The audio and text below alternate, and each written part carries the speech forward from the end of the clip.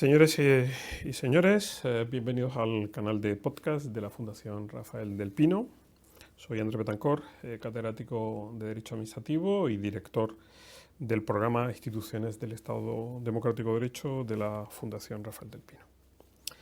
El objetivo de esta iniciativa es contribuir a la mejora de la calidad de nuestras instituciones como condición o requisito para la mejora de nuestro Estado Democrático de Derecho. Malas instituciones, mala democracia y peores libertades. Hoy vamos a dialogar con María José de la Fuente, letrada del Tribunal de Cuentas y su antigua presidenta. Y lo vamos a hacer sobre la fiscalización de la actividad económico-financiera de las entidades públicas. Bienvenida, María José. Buenas tardes, Andrés. Un placer estar aquí con vosotros. Pues muchísimas gracias de estar aquí y de partir contigo estos minutos. Bien, uno de los primeros obstáculos que tenemos que superar, precisamente si pensamos en el gran público, es ¿qué es esto de la fiscalización económico-financiera de las entidades públicas? ¿Qué es? ¿Cómo lo podrías explicar? Bueno, pues la fiscalización está muy relacionada con el control, pero no solamente es control. La fiscalización viene definida por la normativa como la verificación de la observancia de los principios de legalidad, eficiencia, economía, y desde el año 2015, como consecuencia de la modificación de la Ley Orgánica del Tribunal de Cuentas por la Ley Orgánica 3/2015, se introdujeron también otra serie de principios que deben ser verificados en el ejercicio de la fiscalización. Que estamos hablando del dinero público, estamos hablando del dinero de los ciudadanos, ¿no? En efecto. Entonces, desde esa perspectiva, ¿por qué es importante? ¿Cómo calificarías esa importancia? ¿Cómo la describirías? ¿Por qué el ciudadano debe sentirse implicado en todo lo que se refiere al control económico financiero? Pues resulta fundamental porque al fin y al cabo el ciudadano es el que paga los impuestos.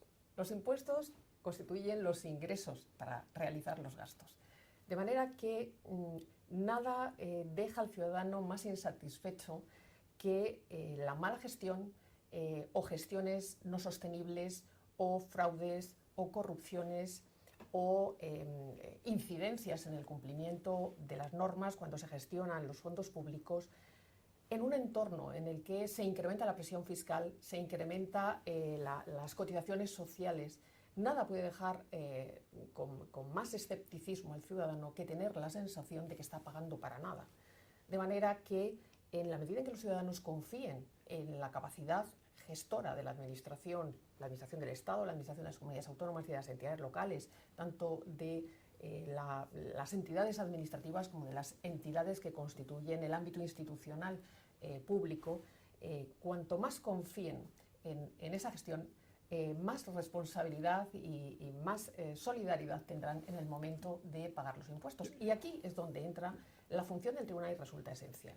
Por eso nosotros siempre decimos que si encontramos siempre las mismas incidencias en la gestión, estamos fracasando en el control, porque la esencia del control es conseguir la mejora de la gestión, para que el ciudadano tenga la sensación que desde la protección que recibe del Tribunal de Cuentas, las instituciones están controladas y por tanto puede estar tranquilo en la gestión. Yo creo que es una idea muy potente esa, considerar que en el fondo el Tribunal de Cuentas no deja de ser una suerte de defensor del ciudadano contribuyente. Absolutamente.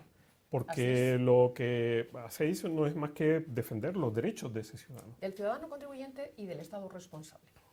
Porque es esencial la cuestión relativa a la rendición de cuentas. Aquel que gestiona tiene que rendir las cuentas de la gestión llevada a cabo y tiene que responder por ello. Exacto. Y aquí la fiscalización entronca con la otra gran función del Tribunal de Cuentas, además reconocida constitucionalmente. Yo creo que es fundamental entroncar el Tribunal de Cuentas con la Constitución, porque precisamente la limitación de poderes y la concurrente protección o la concurrente garantía de los derechos individuales constituyen piedra angular del Estado democrático y, desde luego, si se instituye un poder, igual que se delimita el ámbito de su actuación, debe delimitarse también el control a que está sometido. Es curioso que todas las instituciones de control tienen mala prensa, ¿no?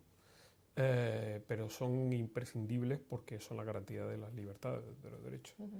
Hay un tema que tú apuntas en tu ponencia que me resulta interesante, y es que desde esa perspectiva del tribunal como entidad de defensa, en definitiva, de los derechos de los ciudadanos en relación Sin duda. con su dinero, porque estamos hablando de dinero público, estamos hablando del dinero de los ciudadanos y tal. Hablas bueno, hay una crítica a propósito de que el tribunal se meta o no se meta en los temas relacionados con la lucha contra la corrupción, ¿no? Que sería el epítome de todo esto. Sí. ¿Tú crees que sería procedente una evolución? En lugar de eso, el que se vaya expandiendo esa especie de fiscalización operativa, de gestión, etcétera, etcétera, ¿no te parece que podría evolucionar en esa otra dirección, más en coherencia con lo que sería su esencia de institución de control, pero de garantía de los derechos de los ciudadanos? Ya, pero una cosa es ser institución de control y otra cosa es ser institución anticorrupción. Para ser institución anticorrupción hay que tener esa competencia. Y el Tribunal de Cuentas tiene dos competencias, fiscalizadora y jurisdiccional. No es un órgano anticorrupción, no tiene competencias exorbitantes, no tiene potestad coactiva. No tiene poderes extraordinarios para entrar, por ejemplo, en los domicilios. ¿Y no crees que por la vía de una modificación de la ley orgánica se puede incluir esto? Yo creo que las instituciones anticorrupción son instituciones anticorrupción. Como te digo, aquí la finalidad fundamental del Tribunal de Cuentas, y yo creo que es buena, es evitar que se persista en la mala gestión. Yo creo que es tan importante evitar que se persista en la mala gestión como identificar supuestos concretos en los que haya pues, tramas incluso delictivas, corrupción, mala gestión organizada, de manera que entremos en situaciones de corrupción. Sí. Otra cosa distinta es que a raíz de la fiscalización se identifiquen circunstancias o datos o información que lleven a dilucidar que ahí puede haber indicios de corrupción. Por ejemplo, no se puede olvidar que el famoso caso de Marbella salió de una fiscalización del Tribunal de Cuentas. O sea, fue una trama importante de corrupción y salió de una fiscalización del Tribunal de Cuentas. Es decir, una cosa no excluye la otra. Exacto. Pero el Tribunal de Cuentas es un órgano fiscalizador y la fiscalización tiene una finalidad, digamos, impulsora de buenas gestiones. Sí, sí, de alguna manera, la creación de la conciencia cívica, la conciencia en el gestor de que tiene que mejorar y tiene que actuar no solamente con legalidad, sino con eficiencia, con economía, con ética, que es fundamental, y luego generar una conciencia cívica en el ciudadano de que tiene derecho a que se gestione bien. Exacto. Y que tiene que tener un papel activo en que eso se produzca. Sí, sí. Una implicación fundamental del Parlamento. A veces se dice el Tribunal de Cuentas llega tarde o el Tribunal de Cuentas no impone a las entidades gestoras las mejoras que recogen sus informes. Pero es que no es su función tampoco. El Tribunal de Cuentas es un órgano técnico.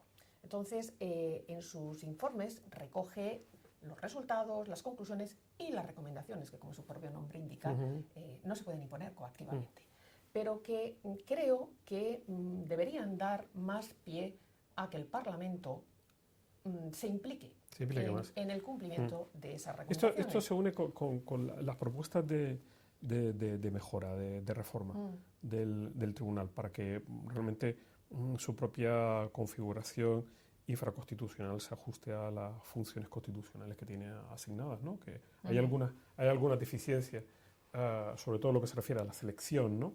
De los... Sí. Y eso me hace pensar que lo que decíamos al principio, ¿no? Es decir, una función tan relevante se ve un poco preterida por la institución de control, probablemente porque los ciudadanos no son capaces de visualizar lo que oyen. Es un defensor de tu dinero, absolutamente, ¿no? Entonces, ¿cómo podríamos mejorar eso? ¿Cuáles son tus propuestas de reforma? Mira, Andrés, yo lo primero que creo que hay que mejorar es lo que da pie a la fiscalización, que es la rendición de cuentas. La rendición de cuentas, aunque se exige constitucionalmente en el propio artículo 136 de la Constitución, en el que se regula la institución y sus funciones, se dice en su número 2, el Estado y las entidades públicas, las entidades del sector público, deben rendir cuentas de su gestión para que las pueda fiscalizar el tribunal. ¿Qué ocurre? Pues que no existe una norma que obligue de alguna manera y se puede hacer efectiva directamente, y es importante esta segunda parte de la aseveración, que se puede hacer efectiva directamente para obligar a rendir cuentas. En el ámbito local, por ejemplo, hay un nivel de rendición de cuentas en plazo del 60% de las entidades locales.